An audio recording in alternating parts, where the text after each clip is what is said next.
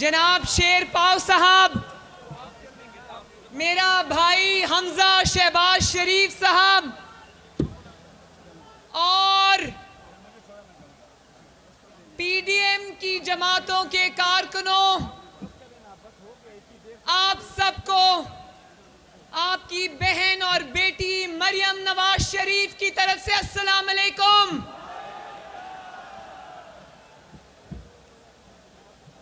भाइयों और बहनों, अपनी तकरीर आज एक शेर से शुरू करूंगी। जब वो मैं शेर पढ़ूंगी तो आपको पता चल जाएगा कि वो शेर मैं किसके लिए पढ़ रही हूं। ये कौन बोल रहा था खुदा के लहजे में? मेरे पीछे बोलो भाइयों, ये कौन बोल रहा था खुदा के लहजे में? ये वक्त किसकी रऊनत पे खाक डाल गया? मेरे भाइयों और बहनों,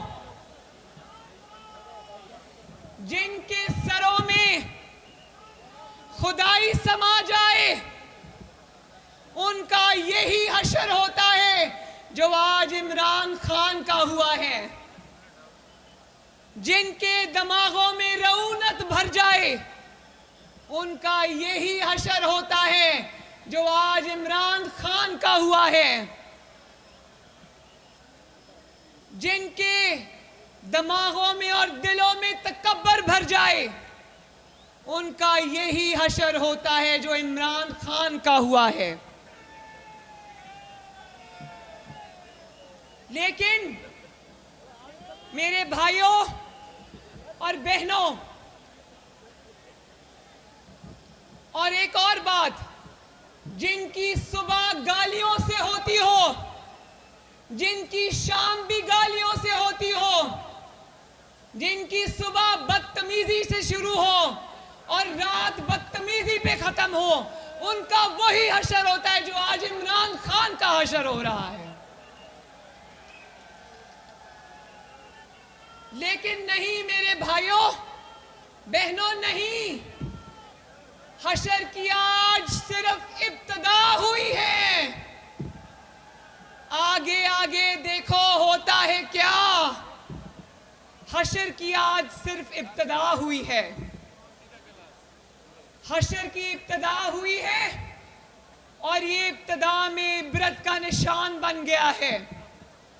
आने वाले दिन आपको, मुझे और दुनिया को दिखाएंगे कि ऐसे शख्स का क्या अंजाम होता है। इंशाअल्लाह ताला, बोलो इंशाअल्लाह ताला।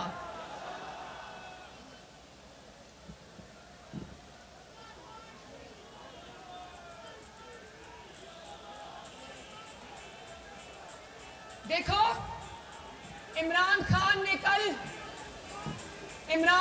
ने कल सरकारी वसाइल इस्तेमाल किए, 12 सरकारी ट्रेन्स चलाई, पूरी मुल्क की एडमिनिस्ट्रेशन को उसने इस्तेमाल किया, सरकारी गाड़ियां इस्तेमाल की, आपके खून पसीने की कमाई इस्तेमाल की, और फिर भी 10 लाख क्या, वहां 10,000 का मौजमा भी नहीं लगा सका। तो आज मौलाना फजलुर रहमान साहब की क़यादत में मैं तुम्हें ये बता देना चाहती हूं कि आज हम तुम्हें अलविदा कहने आए हैं। बोलो मेरे साथियों, बोलो अलविदा, अलविदा, अलविदा, अलविदा। तुम्हारे लोगों ने तो तुम्हें अलविदा नहीं कहा, हम मौलाना साहब की क़यादत में तुम्हें अलविदा कहने आए हैं आज। और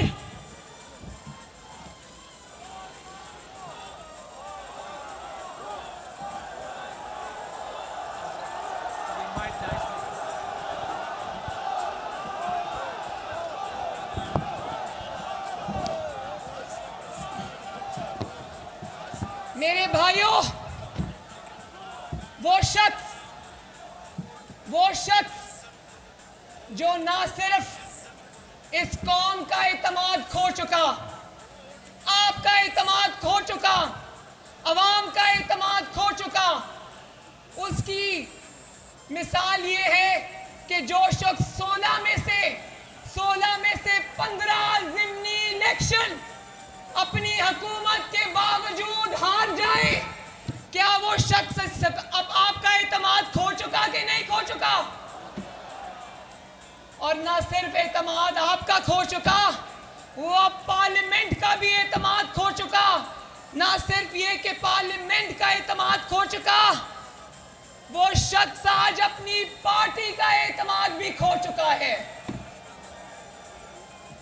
भाइयों बहनों, उस शख्स को जिसका नाम इमरान खान है, उस शख्स को जो ना सिर्फ अवाम का, पार्लियामेंट का, बल्कि अपनी जमात का एतमाद भी खो चुका है, जरा हाथ उठाकर बताओ, क्या उस शख्स को आज पार्लियामेंट में बैठने का हक है? क्या उस शख्स को आज प्राइम मिनिस्टर हाउस में बैठने का हक है? क्या उस शख्स को 22 करोड़ अवाम पर हुक्मरानी का हक है? क्या उसको, जिसका नाम इमरान खान है, इस मुल्क की तकदीर के फैसले करने का हक है? मैं इमरान खान को कहती हूं, छोड़ो तुम 10 लाख का मजमा, वो देख लिया कौम ने। 172 अरकान अपने पूरे करके दिखा दो।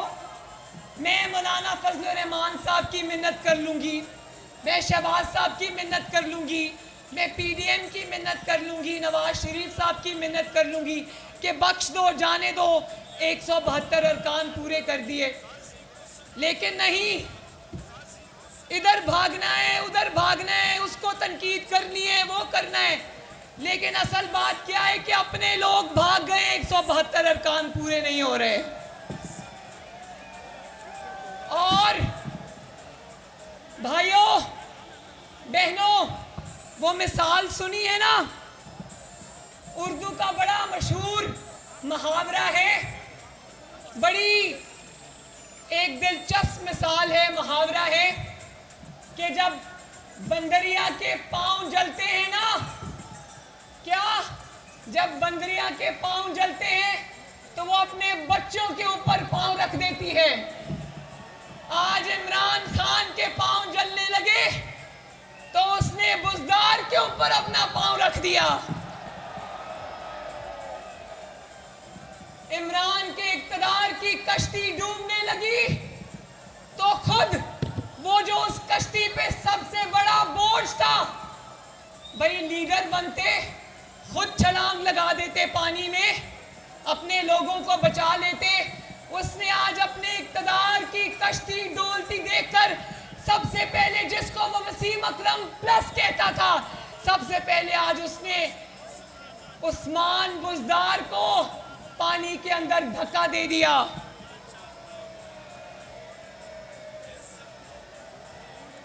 हजरत अली रजी अल्लाह ताला अन्हु का वो कौल याद आता है ना, जिस पर एहसान करो उसके शर से बचो। कल तक, बल्कि आज दोपहर तक, जो वसीम अकरम प्लस था, जो इमरान खान का जानिसार वफादार साथी था, आज उसको इक्तदार की कश्ती डोलती देखकर सबसे पहले उसको धक्का दिया पानी के अंदर। भाइयों, इमरान खान को ये कहना चाहती हूं कि अपनी पूरी जिंदगी में किसी के तो बन जाओ। इमरान खान से ज्यादा एहसान फरामोश शख्स देखा कभी? आवाज नहीं आई। इमरान खान से ज्यादा एहसान फरामोश शख्स देखा कभी? जहांगीर तरीन का पैसा खाया, उसका जहाज इस्तेमाल किया, उसको इस्तेमाल किया, और जब वक्त आया तो ये जहांगीर तरीन का भी नहीं बना। अलीम खान का पैसा इस्तेमाल किया, अलीम खान को इस्तेमाल किया, जब वक्त आया तो ये अलीम खान का भी नहीं बना। उनके खानदानों को और उनको भी जेलों में डाला। भाई मानना पड़ेगा, इस शख्स के शर से कभी कोई नहीं बचा। जो शख्स अपने मोहसिनों का नहीं, क्या वो शख्स इस कौम का हो सकता है? और भाइयों, तकरीर तो इसकी वैसे भी अब कोई नहीं सुनता। कितने दिन से रोज जलसों में आकर बार बार कौम को ये चकमा दे रहा था कि मेरे इस्लामाबाद के जलसे में आना, तुम्हें सरप्राइज दूंगा। भाई क्या खोदा पहाड़ निकला चूहा? कौम सरप्राइज का इंतजार करती रही। ये 2 घंटे अवाम की दिमाग का दही करके चुप करके निकल गया और एक खत दिखा दिया। कहता है ये है मेरे खिलाफ साजिश। ये साजिश है, मगर ना इस साजिश के बारे में मैं किसी को बताऊंगा, ना वो साजिश खोल के खत पढ़ के सुनाऊंगा। और पता नहीं वो कौन सी साजिश है, वो कौन सी खत है जिसका आपके अपने वजीरे दाखिला को नहीं पता, वो भी मुकर गए। देखो, कहता है आलमी ताकतें मेरे खिलाफ साजिश कर रही हैं। इससे ज्यादा मुज़िका खेज बात कभी सुनी? बताओ, इससे ज्यादा मुज़िका खेज बात कभी सुनी? मतलब इस किस्म का ज़हनी मरीज पाकिस्तान के सर पे मुसल्लत कर दिया। बताओ, ये बात कोई नॉर्मल आदमी कर सकता है? और कहता है मैं बताती हूं, इसने तो नहीं बताया ना। जरा भाइयों गौर से सुनना, बहनों, इसने नहीं बताया खत में क्या है। मैं पढ़ के सुनाती हूं उस खत में क्या है, ध्यान से सुनना। खुफिया खत है, खुफिया। जानते हो उस खुफिया खत में क्या लिखा था? उस खत में लिखा था, डियर मिस्टर इमरान खान, हम सब खैरियत से हैं। उम्मीद है कि आप भी खैरियत से होंगे। अर्ज ये है कि हम आपके खिलाफ एक आलमी साजिश तैयार कर रहे हैं और उस आलमी साजिश का सबूत हम खुद आपको फराहम कर रहे हैं। आपको इत्तला कर रहे हैं कि हम आपके खिलाफ साजिश करने लगे हैं, ताकि सनद रहे, ताकि हमारे खिलाफ वो सबूत आप जहां चाहे इस्तेमाल करें, जलसों में कागज लहरा लहरा के दिखाएं। और वो खत हम आपको ना वजारत खारजा के थ्रू भेज रहे हैं, ना वो खत हम आपको वजारत दाखिला के थ्रू भेज रहे हैं। वो खत हम जादू टोने के जरिए बनी गाला में कबूतरों के जरिए फिकवा रहे हैं आपके पास। देखो, कहता है कि मेरे और मनजानिब आलमी ताकतें, कहता है कि मेरे खिलाफ आलमी साजिश हो गई। भाई इमरान खान, मैं तुमसे पूछना चाहती हूं कि तुमने कौन से पाकिस्तान में एटमी धमाके कर दिए थे कि तुम्हारे खिलाफ आलमी साजिश होगी? तुमने कौन सा अमेरिका की $5 अरब की इमदाद ठुकरा कर एब्सोल्युटली नॉट कह दिया था, जो तुम्हारे खिलाफ साजिश होती? बल्कि तुम तो जिस मुल्क में भी जाते हो कशकोल उठा के निकल जाते हो कि अल्लाह का वास्ता है कोई मुल्क पाकिस्तान की इमदाद कर दे। ये है तुम्हारी फॉरेन पॉलिसी। और अगर मौलाना फजलुर रहमान साहब इस बात की गवाही देंगे, भाइयों बहनों, अगर पाकिस्तान के खिलाफ कोई आलमी साजिश हुई है तो उस साजिश का सबसे बड़ा आलाएकार इमरान खान है।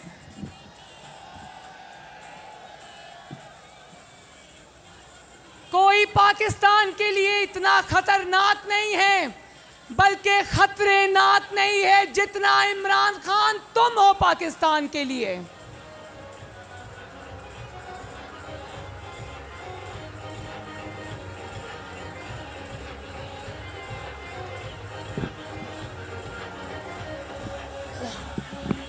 और अगर आलमी ताकतें या दुश्मन पाकिस्तान की तबाही चाहती, अल्लाह ना करे,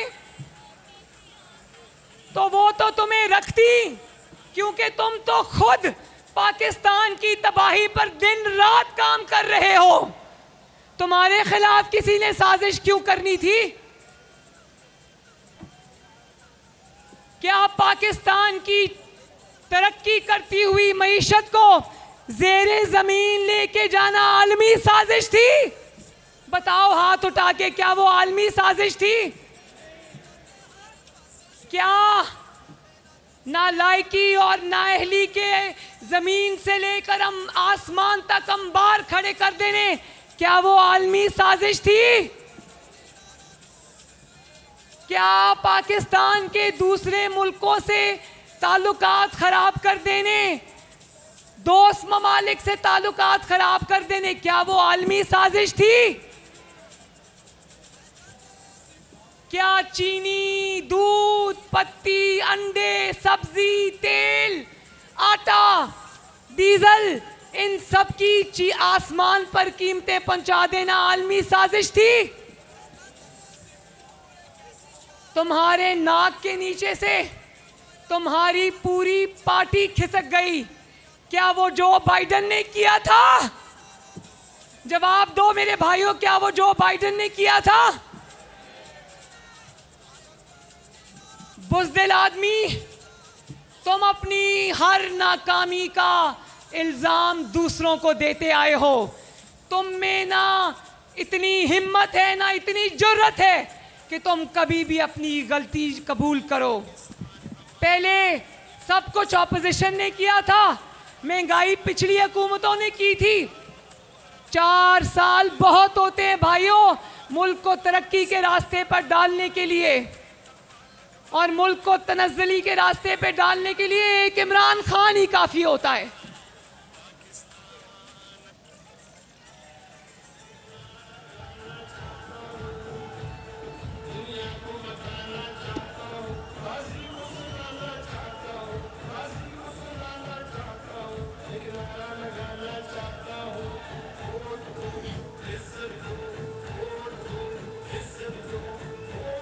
भाइयों, इमरान खान से पूछना चाहती हूं कि तुम्हें आलमी ताकतों ने कहा था कि 22 करोड़ के इस मुल्क को तुम जादू टोने से चलाओ। इमरान के दौर में या 22 करोड़ का मुल्क जादू टोने से चलता है, या फरा लाहौर में जो फरा रहती है जिसके ताने बाने बनी गाला के घर से मिलते हैं, इस मुल्क को या जादू टोने से चलाया जाता है या फरा को रिश्वत देकर चलाया जाता है। इस मुल्क में तकर्रियां और तबादले या जादू टोने और हिसाब किताब से किए जाते हैं, या बनी गालों और फरा को रिश्वत देकर किए जाते हैं।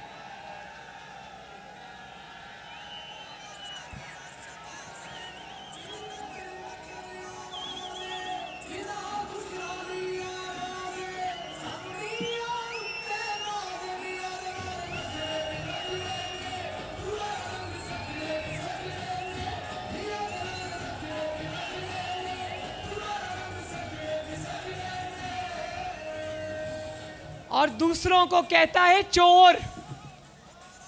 इसकी चोरी की वो होशरुबा दास्तानें अवाम के सामने आने वाली हैं कि मैं पाकिस्तानियों आपको ये कहना चाहती हूं कि पाकिस्तान में 75 साल में कभी करप्शन में बाल बाल इसका इतना नहीं डूबा होगा जितना इमरान खान का डूबा हुआ है। चाहे वो LNG स्कैंडल हो, चाहे वो चीनी स्कैंडल हो, चाहे वो आटा स्कैंडल हो, चाहे वो पेट्रोल का स्कैंडल हो, चाहे वो अद्वियात का, दवाइयों का स्कैंडल हो, इमरान खान ने अपने ATMs को नवाजा और खुद भी उसमें से कमीशन खाई। और सबसे बड़ा स्कैंडल फराह का स्कैंडल है। जब उस स्कैंडल की दास्तानें मंजरे आम पे आएंगी तो लोगों के होश उड़ जाएंगे।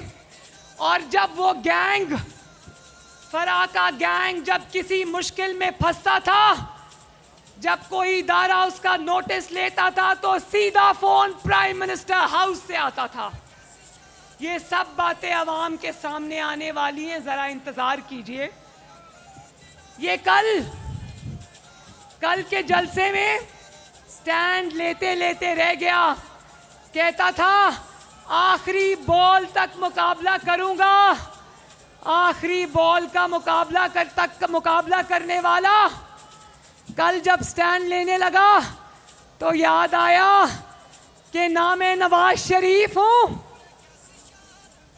और स्टैंड ले लिया तो ना मैं एक दिन की जेल काट सकता हूं, और मेरे खिलाफ जो सबूतों के अंबार लगे हैं, जिनके ऊपर ये ताकत के जरिए जिनको दबा के बैठा था, फॉरेन फंडिंग का, उम्मुल करप्शन का सबसे बड़ा केस जिसको ये दबा के बैठा था, ये स्टैंड इसलिए नहीं ले रहा क्योंकि ये जानता है कि एक तो ये एक दिन जेल नहीं काट सकता, और दूसरा वो स्कैंडल्स की फाइलें अगर खुल गई तो ये जो दूसरों को चोर है के राग अलापता आया है, ये किसी को मुंह दिखाने के लायक नहीं रहेगा।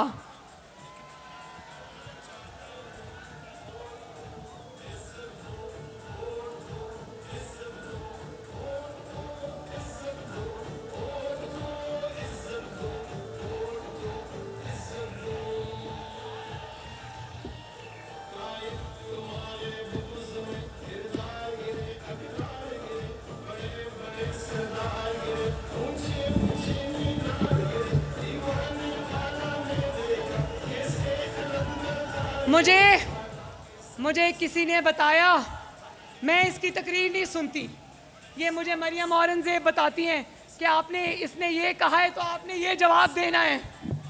तो इन्होंने मुझे कहा, वो कहते हैं कि मरियम बीबी ने कभी 1 घंटा काम नहीं किया। तो मैं एक बात आज आपको बताना चाहती हूँ, पूरी दुनिया जानती है कि ये 12 बजे से पहले अपना दफ्तर शुरू नहीं करता, और 4 बजे दफ्तर समेटकर बनी गाला जाता है, और अगले दिन 12 बजे तक इसका कोई अता पता नहीं होता।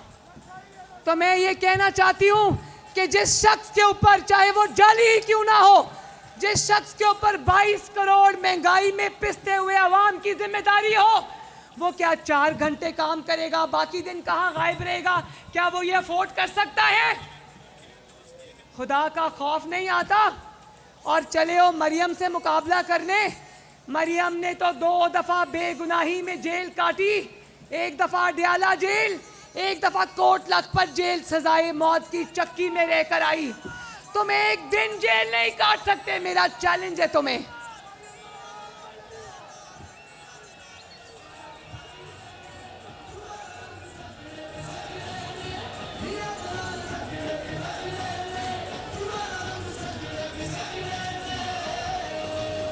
और फिर आखिरी बात कि ये शख्स, इसको यही कहना चाहिए कि इसको शर्म नहीं आती जब ये मजहब का कार्ड इस्तेमाल करता है अपने सियासी मुखालिफिन के खिलाफ। मुझे बताओ, यहाँ पर इस्लाम से मोहब्बत करने वाला हर शख्स मुझे ये बताए कि जो शख्स कलमा ना पढ़ सके, जिसको ला इलाहा इल्लल्लाह ना कहना आए, जिसको अपने हल्फ के अंदर खातमुन नबीयीन ना कहना आए, वो शख्स जो सल्लल्लाहु अलैहि वसल्लम ना कह सके, वो शख्स जो अपने जलसे में मगरिब के वक्त फजर की अजान दे।